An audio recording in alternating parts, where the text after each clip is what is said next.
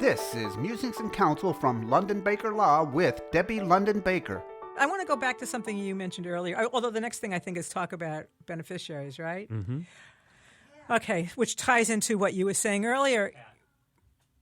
Beneficiaries are really people lose so much. So right now I've got a probate, happens to be family situation,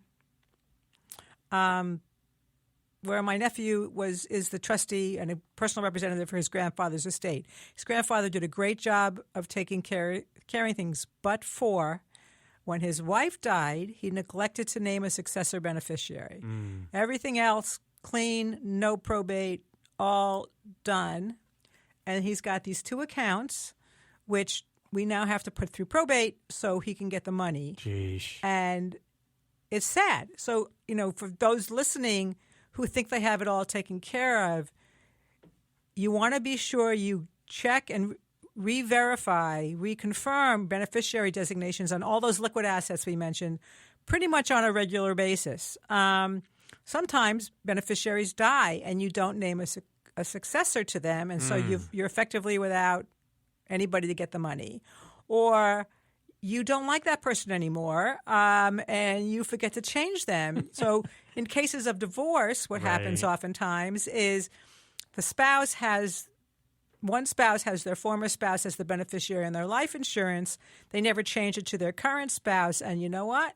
When that person dies, the former spouse gets everything because it's a beneficiary designation. Are there legal things that need to be considered with regards to divorce? Like, does the court sometimes dictate, yes, you can take them off or is that no? Is that all determined in the... No, they don't recommend you change many documents before the divorce decree is final. Gotcha. But so something that does happen with divorce, if you've named a spouse your power of attorney, we've kind of change subjects here, but if you've named your spouse your power of attorney and you divorce, that spouse no longer has that right.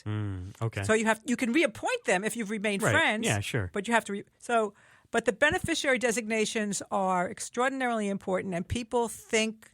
So right now I've got a case. A woman created a trust 4 years ago. She named her nieces and nephews to be the beneficiaries for her money. She's unfortunately, for whatever reason, no longer speaks to any of them. She wants to be sure that money goes to charities.